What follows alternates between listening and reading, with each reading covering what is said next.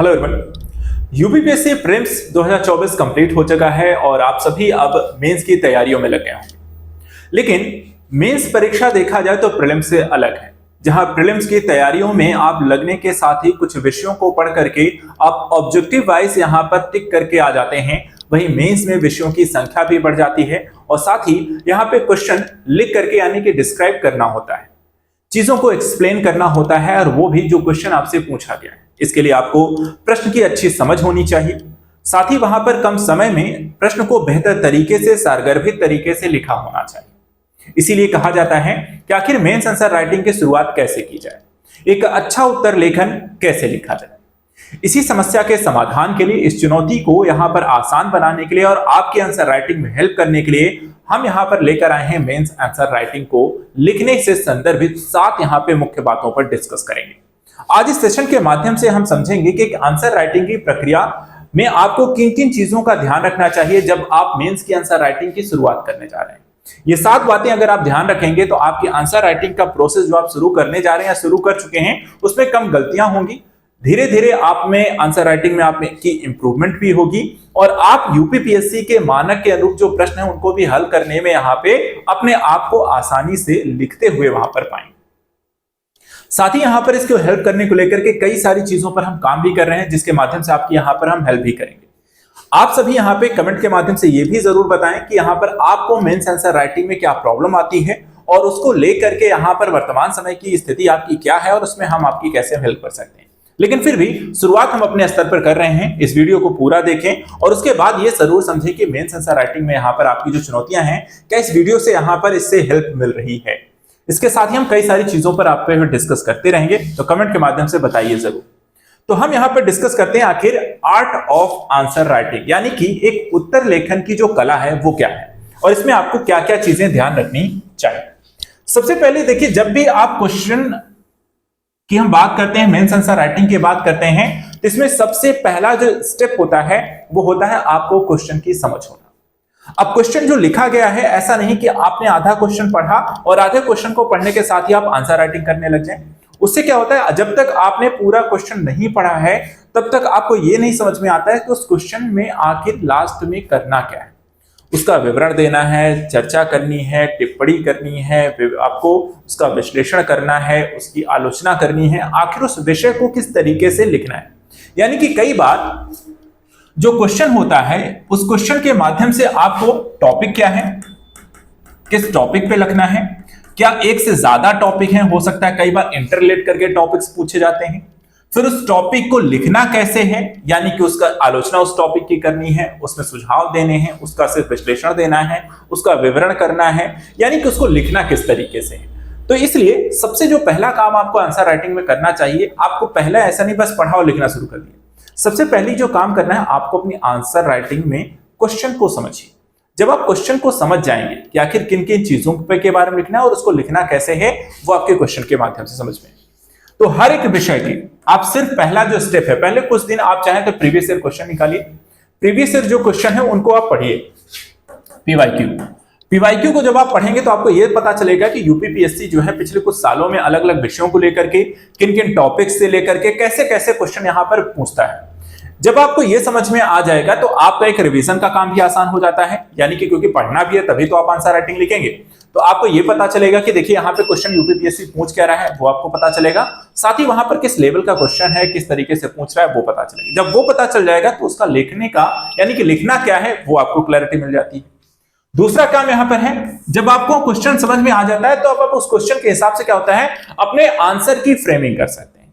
Answer की framing करने का मतलब क्या है कि आप उसे डिवाइड कर सकते हैं, यानी कि आपका इंट्रो क्या होना चाहिए, तो इसको 3 भागों में डिवाइड करिए। इंट्रो, फिर उसके बाद मेन बॉडी और तीसरा यहां पे कंक्लूजन।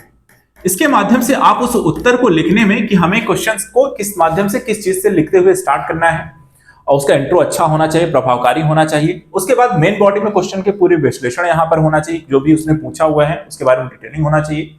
और कंक्लूजन में यहां पर उस क्वेश्चन की जो भी टिप्पणी रही है, विवरण रहा है, चर्चा रही है, या अगर कोई सुझाव यहां मांगा गया है तो कंक्लूजन में लिखते हुए उस उत्तर को आपको समाप्त करना है। इस तरीके से यहां पर अपने क्वेश्चन को आप, दूसरी जो चीज होती है कि अपने आंसर को प्लान करना आना चाहिए। तीसरा जो काम होता है, यहां पे देखिए राइट कंसाइसली यानी कि मोस्टली यहां पर उत्तर को लिखते समय इस चीज का ध्यान रखें कि आपके पास शब्दों की एक सीमा होती है। कितनी सीमा होती है? 200 वर्ड है, 150 वर्ड है, ठीक है। अब 150-200 वर्ड में अगर आपको क्वेश्चन यहां पे लिखना है तो आपको बहुत ज्यादा किसी चीज की डिटेलिंग पे नहीं जाना है। तो क्या करना है, आपको टू द पॉइंट लिखना है। टू द पॉइंट चीजों को लिखिए, बहुत ज्यादा डिटेलिंग नहीं, उस क्वेश्चन से रिलेटेड हर एक बात को छोटे छोटे पहलुओं में लिखते हुए हर एक बारे में डिटेलिंग से विवरण यहां पर देना है। बहुत ज्यादा कुछ लिखने की जरूरत वहां पर नहीं है, पूरी यहां पर किताब नहीं छापनी है, उस क्वेश्चन से रिलेटेड हर एक बिंदु के बारे में यहां पर टिप्पणी करते हुए चलना है। तो यहां पर उसको आप डिवाइड कर सकते हैं, जैसे कि 200 शब्द है तो यहां पर इंट्रो में हमने कह दिया 30 शब्द हमने दे दिए, फिर यहाँ पे आपको 140 शब्द हमने मेन बॉडी को दे दिए, और फिर उसके बाद 30 शब्द हमने यहाँ पर अपनी मेन कंक्लूजन में कर दिए। तो इस तरीके से यहाँ पर आपने चीजों को डिवाइड कर लिया, टू द पॉइंट लिख दिया, कुछ इमेजेस बना दिया और उसके माध्यम से चीजों को एक्सप्लेन कर दिया। एक चीज और यहाँ पे उत्तर को बहुत अच्छा बनाने के लिए क्या होता है, दूसरों से थोड़ा सा अलग यहाँ पर और चीजों सामने वाले को समझाने के लिए आसान रहता है यदि आप एग्जाम्पल्स का यूज करें। एग्जाम्पल्स क्या होता है, चीजों को यहाँ पर अच्छे से चीजों को डिस्क्राइब, यानी कि सामने वाला जब पढ़ता है एग्जाम्पल तो उसे यह समझ में आता है कि आपको क्वेश्चन की बहुत अच्छी समझ है। साथ ही जब कॉपी चेक कर रहा होता है तो उसे भी लगता है कि चीजों को उसको समझना आसान होता है, और जब चीजें यहां पर बहुत ही बेहतरीन ढंग से समझाई गई हो, लिखी गई, एक्सप्लेन की गई होती हैं तो उसका प्रभाव आपके अंकों पर पड़ता है और वो पॉजिटिविटी वहां पर निकल आती है। इसलिए हो सकता है जो एग्जाम्पल यूज करें करंट का अगर यूज कर पाते हैं तो और अच्छा होता है, यदि नहीं भी है अगर पुराना भी कोई है तो भी वहां पर जरूर चलेगा। इससे यहां पर आपके विषय की समझ पर भी एक अच्छा प्रभाव यहां पर पड़ता है। स्ट्रक्चर ऑफ द फॉर्मेट, जैसे मैंने कहा कि क्वेश्चन जो है, जो फॉर्मेट यहां पर यूज करना है, जरूरी नहीं कि हर बार यहां पर आप कहानी की तरह ही लिखें, आप टू द पॉइंट भी वहां पर ले सकते हैं, आप उसके साथ ग्राफिक्स डिजाइन को भी यहां पर यूज कर सकते हैं, आप उसके साथ साथ यहां पर चीजों को देखा जाए तो इस तरह 3 पार्ट में डिवाइड करके लिख सकते हैं, कंक्लूजन, मेन बॉडी और निष्कर्ष। जहां पे जरूरत है वहां पर अगर हो सकता है अगर 150 शब्दों में है तो वहां पे कंक्लूजन लिखने की जरूरत भी नहीं है, 200 शब्द है यहाँ पर तो वहां पे कंक्लूजन लिखी नहीं जरूरत है, तो वहां पर आप सिर्फ आपको इंट्रो डालिए, मेन बॉडी में आप बाकी चीजों को एक्सप्लेन कर दीजिए। तो इस तरीके से यहाँ पर आपको एक स्ट्रक्चर बनाना पड़ेगा, उस क्वेश्चन के लिए यहाँ पर आपको लिखना पड़ेगा।